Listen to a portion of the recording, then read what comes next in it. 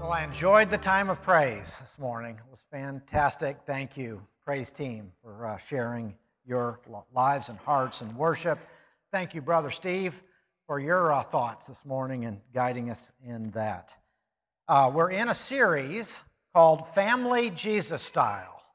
That is, we're trying to learn together how to consider race and culture, the diversity of the body of Christ in light of the cross of Christ. And in fact, I'll put in a little infomercial. If you want to stay for class today, we're going to continue with our panel, where we'll be interviewing several of our African American members, and in terms of their thoughts and perceptions, and even some difficult questions that we're trying to work through as a church. So our text this morning, the Samaritan woman, I'm going to reference her as my friend Sam, and she thought for sure that something was the matter with her. I mean, there were a lot of reasons she had for this. She was a woman, of course, and as most of us know the text, the wrong sex in that situation, and that was difficult. She had the wrong religion. She was of the wrong ethnicity. In other words, the wrong people group, and she'd made a ton of bad decisions in her life. And so I believe that she had this difficult time believing that she was made in God's image and could even be God's daughter. You see, the Samaritans and the Jews did not associate with one another, and that was right in our Bible. Did you all see that in the reading? They had a conflicted and painful shared history, and the Samaritans were the descendants of two different people groups. First, there were the native Israelites who had not been deported when the northern kingdom of Israel fell in 722. They hung around in Samaria and kind of wandered off in terms of their own faith and their own view of how things should work under God.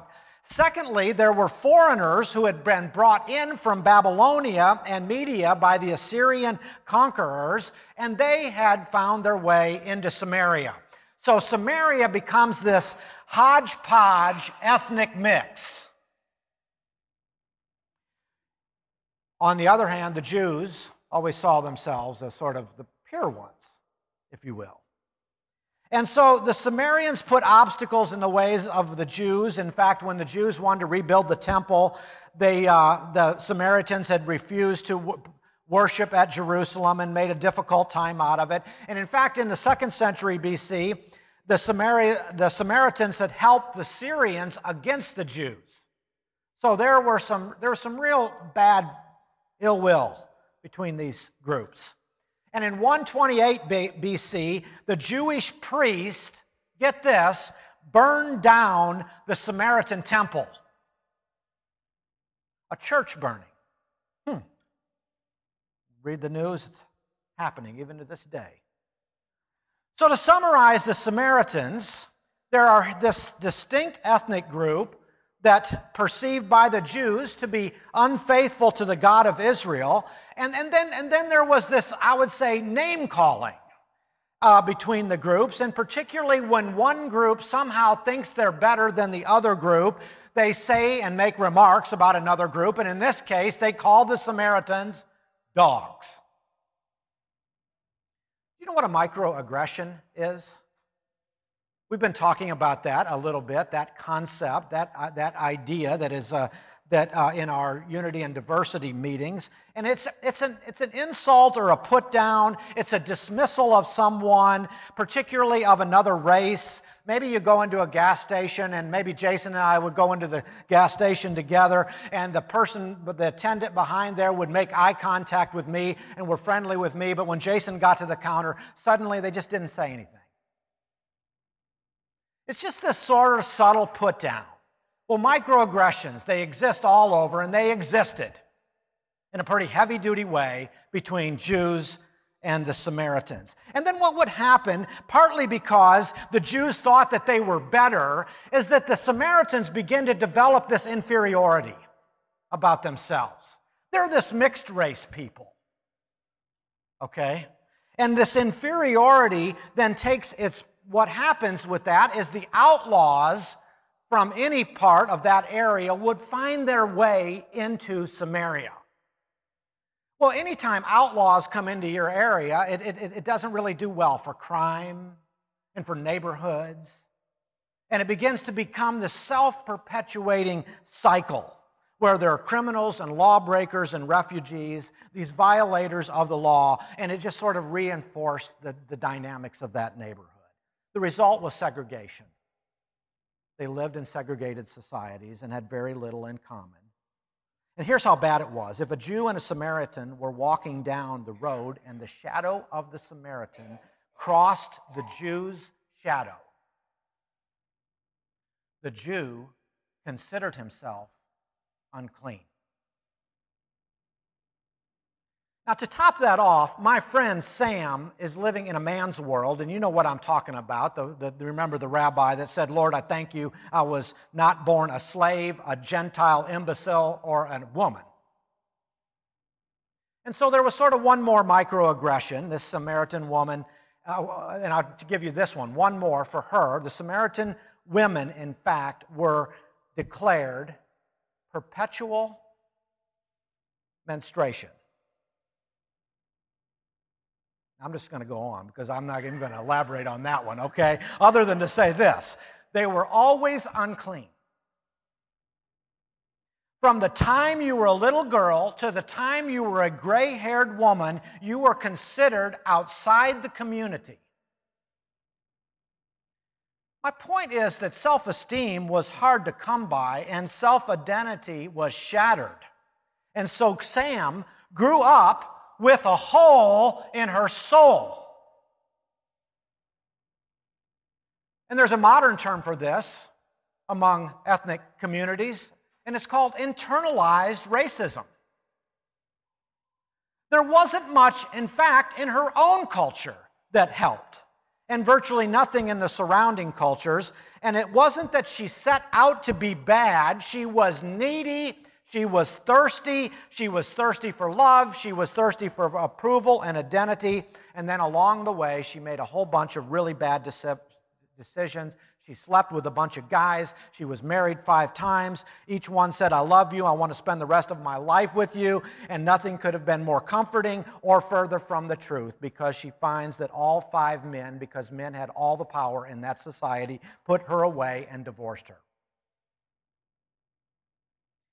Now, the other day during our class, we were met in the gym and we did what was called a privilege walk. And in the privilege walk, everybody lined up on the center of the gym floor. And then we either took a step forward, a step back, or no step at all based on the questions that were asked, and just kind of saw as a congregation how things sort of, there's a word there I'm looking for, ferreted? How things sort of sifted out. Let me change words. Here's some of the types of questions. If there were more than 50 books in your house growing up, take 1 step forward. Some of our group took a step forward. Some of them did not take a step. If you were ever stopped or questioned by the police because of your race, take 1 step back. Some of us didn't have to think twice. It never happened. Many others took a step back. If you have ever felt uncomfortable about a joke directed at your gender or your race, take 1 step back. If you were ever embarrassed about your clothes or your house while growing up, take 1 step back.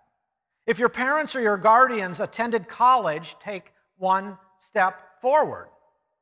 If you were raised in an area with crime and drug activity, take 1 step back.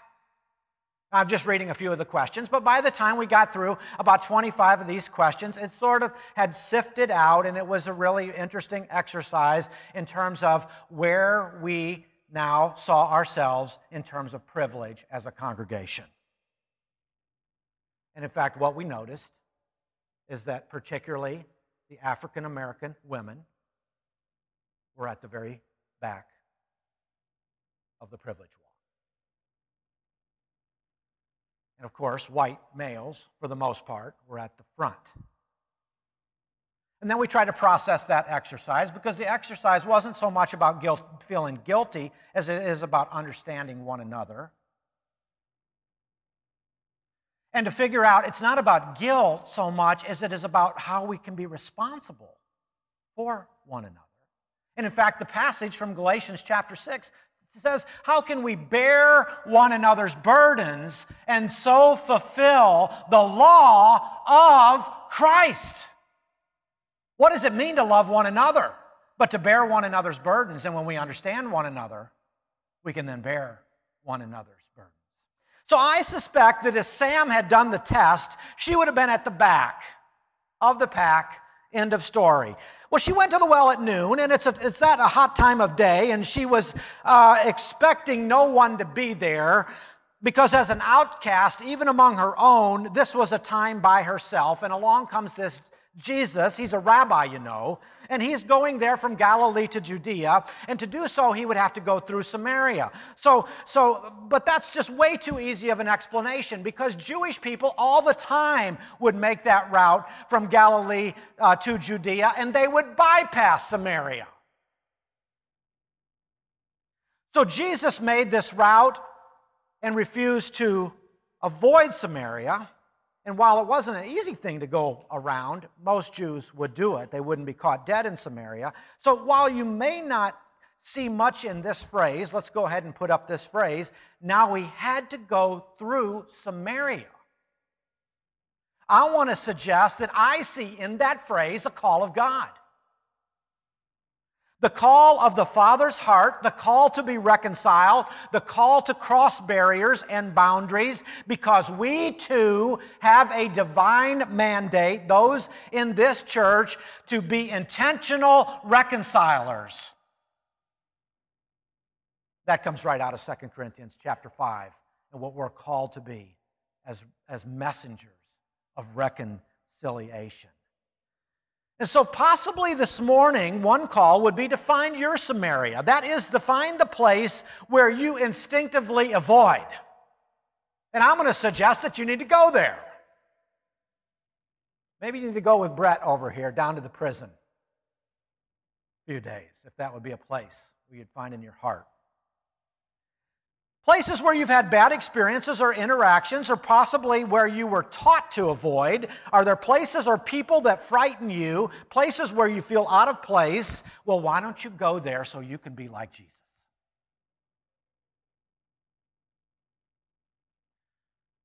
And I want to challenge us with this. I'll pull an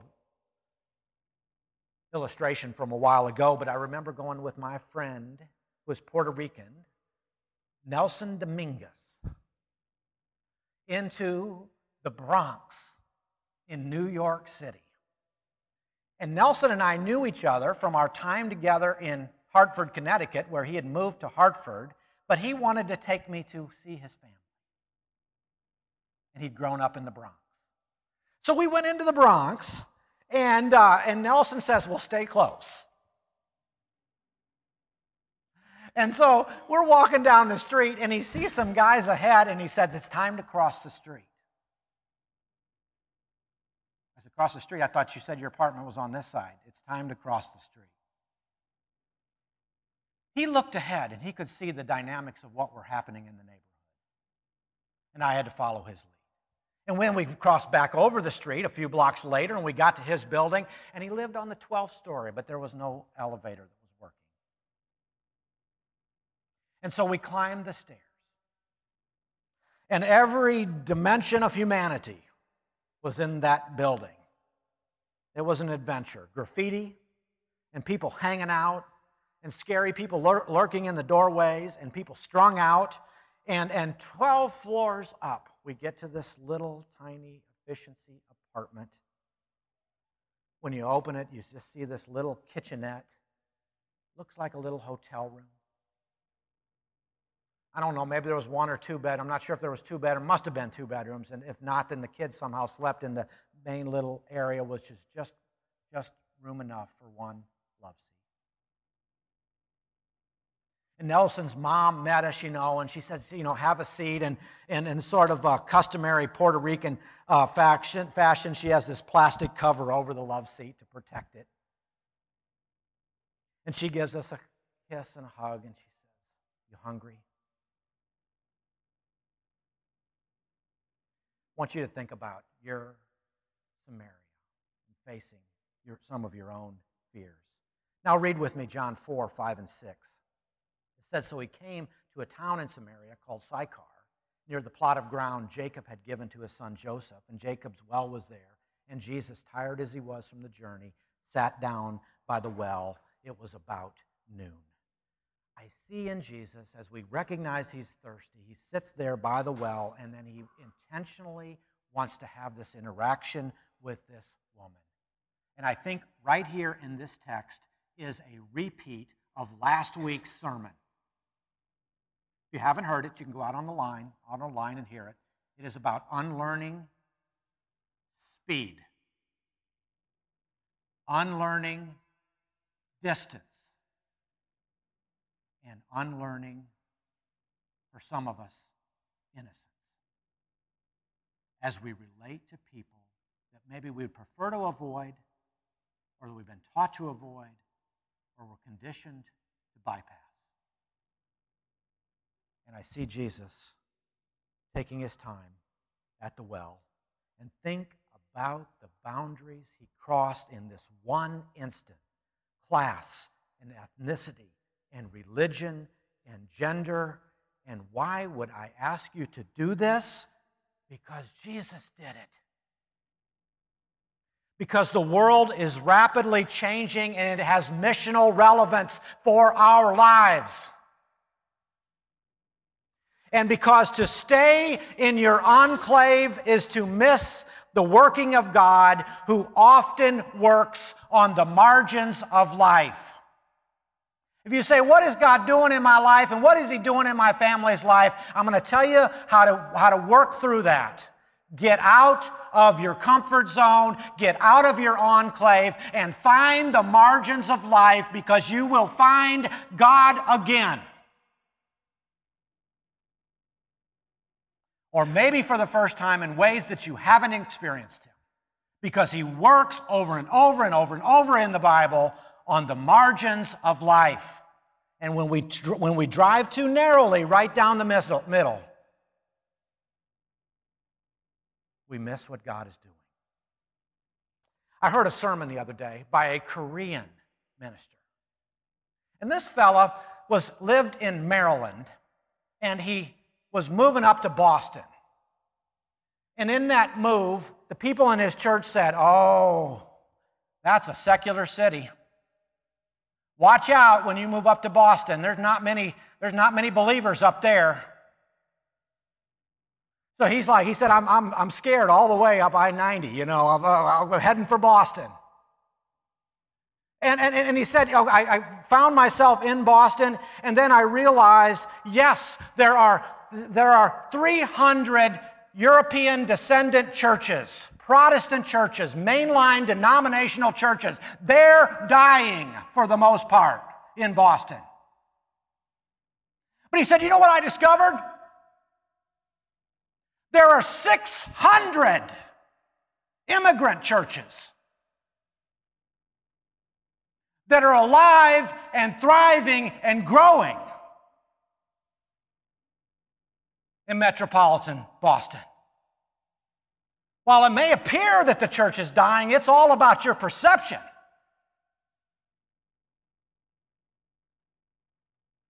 If you want to listen to this sermon, I encourage you, if you want to hear a good sermon this week, you're doing your workout, ask me for the link. I cried all the way through this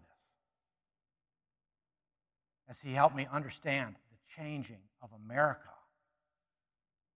And while it may appear that, again, churches rooted in European Protestantism are dying, the immigrant growth in this country is phenomenal. God is at work on the margins.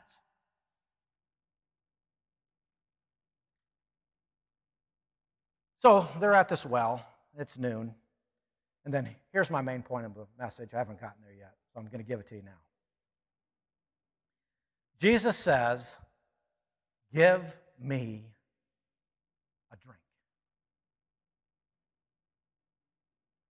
That's it. Let me see if I can interpret this. Jesus encounters this woman. The water of life. Asks for a drink. Jesus lets go of control, of being the helper for a minute. The helper is being helped, and the helpee becomes a helper. This is a profound teaching for our church, for us to continue to grow and move forward. He empowers her, and there is an act of empowerment in this action. Woman, you have the water. Will you give me the water? And with that, you receive self-respect. You receive value. Your giftedness counts. You can do it, and we need you. And Jesus didn't make up a need to get a conversation started. He didn't fake thirst to ask for water. He was thirsty, but he saw the relationship with the least of these, this woman, and he said, I would like a relationship with her that has some semblance of parity. In fact, it was a give and take. It was not one over the other. It was not one above the other. It was not helper and helpee. It was not charity, but it was justice. It was side by side. It was parity. It was reciprocity. It was empowerment. Charity wants to help others. Justice wants to empower others to be part of a just and fair world. And as we think about that in the body of Christ, that means being eyeball to eyeball with one another. So here's the sermon's title, Our Family's Friend Sam. Okay, we've been talking about the family, so I had to keep it going. It's a little hokey, but okay. Our family's friend Sam. This bridge building, it means setting aside our power, or giving our power away. Power is not a bad thing. It simply means to enable others. We want to enable others to have it. Instead of criticizing others for doing things differently, we ask for help to show us new ways of seeing and understanding God. So here's a question as it's related to even the summer series and this sermon series, and some have said this, and you'll get the they is a reference to the African American community. It's this: what do they want? Can I just be as honest as to share things that I've heard? What do they want? Or maybe we'd say, what is it that they need? But let's rearrange the question for a minute. Maybe the question is really, what do you need? What do you need? Let's do some self-reflection before we ask, what is it that they want? In line with the Samaritan woman in the story here, where Jesus identifies his need. We, like Jesus, must come to the most powerless and let them know we need them. It's not a technique, but it is a spiritual reality that God works through others on the margin. And so I don't know how you would answer that question, what do you need? Maybe I need to learn empathy. I think I'm learning some things this summer. Help me understand my situation. Help me understand what it's like to have to take a metro and 2 buses to get to work.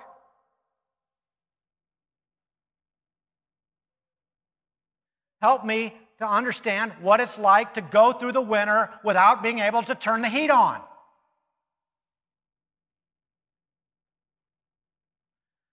I need to understand my privilege. That's my need.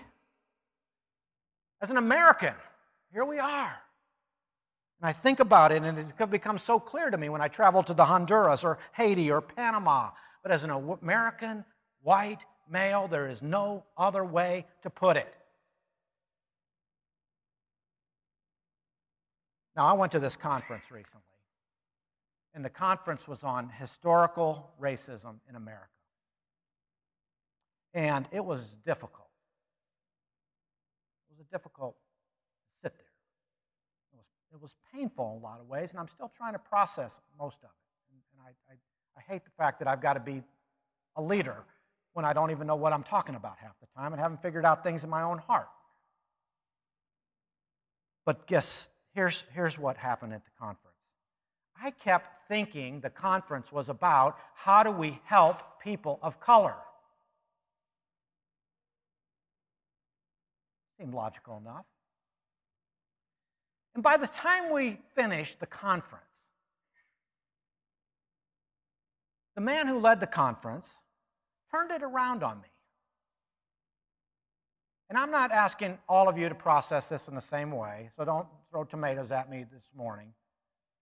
I'm just saying this is where I am. I'll personalize it, put it in the first person. He asked this question. Really, the question that you need to ask yourselves is, what does it mean to be white? I thought that was the most disappointing end to a conference. I'm like, I don't even get the question. But it has been haunting me for about 2 months now. And I'm beginning to think about some things. And I'll leave it at that. Let me give you a different analogy. The Christian Formation Group, about a month ago, Chris Brosey, who is our active and engaged member of that group and is responsible for seeing that the elders get this prayer guide project all together, the last couple of those, she has a doctorate from Vanderbilt and is doing her postdoc work at WashU. Chris isn't here today. She's in Nashville this weekend. But you know what all that means? I mean, she's smart, okay? And she said this in our Christian Formation Group. She said, I would like us to see or to have some sessions where we allowed single women in the church to have a voice. I'm like, surely we've thought of that before. That can't be like a new idea. Or what do you mean a voice? What do you mean a voice? Of course they have a voice. Oh, okay. So her thought was, rather than getting defensive, is simply to work through that. And here's my point, is that for single women are not just nice to haves in the body of Christ, they are necessary for us to be healthy. What is it I need? I need to hear the voice of single women. The Jesus family, the body of Christ, and trying to be healthy, how do we make the family better? Every person, not just nice, but necessary, indispensable, according to 1 Corinthians. Here's the premise as you become a bridge builder. We'll finish up. Every Sam has something of necessity to offer the body of Christ generally. And I want to suggest you personally. I'll put that challenge before you, and I think if we can decode this and put it to work, God will be honored even more greatly among us. A city set on a hill. There are tons of helping organizations, Christian and otherwise. But a group that practices that's a city set on a hill. That will develop some body muscle and will lead to our growth, and it will surprise us. So maybe we'll be able to connect with Sam. Maybe we won't. You know, as you read the text, there is a risk that Sam could have rejected him outright. And she actually makes it pretty difficult because she is a little touchy based on the experiences she's had in life. And if someone gets touchy or is having a difficult time with the bread of life, then how about you and me? But here's what I believe, that we'll be changed by our actions toward her, regardless of how she responds. God will change you. So while I love to talk about Jesus, I believe it's even more meaningful that we follow him. Into the Samarias, finding the Sychars, looking for the wells, seeing the woman.